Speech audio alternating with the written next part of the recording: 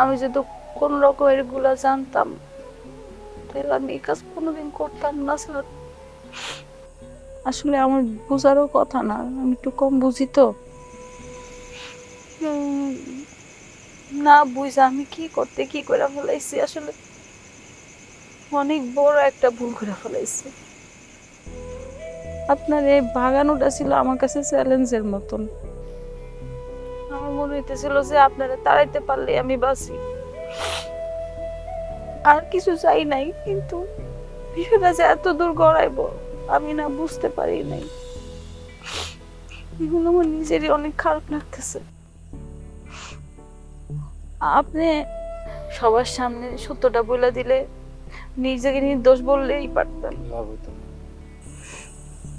আমি সত্যটা খুলে তারপরে সবাই আপনার কথায় বিশ্বাস করত, কারণ আমি তো অসহায়। আমার কাছে না আছে অর্থ, না আছে ক্ষমতা।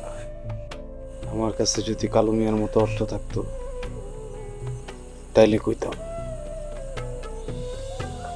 কিন্তু কইলেও বা কি হইতো কর। মানহানির দায়ে আপনি নিজেও হয়তো বা আমার মার মতো আত্মহত্যা করতেন।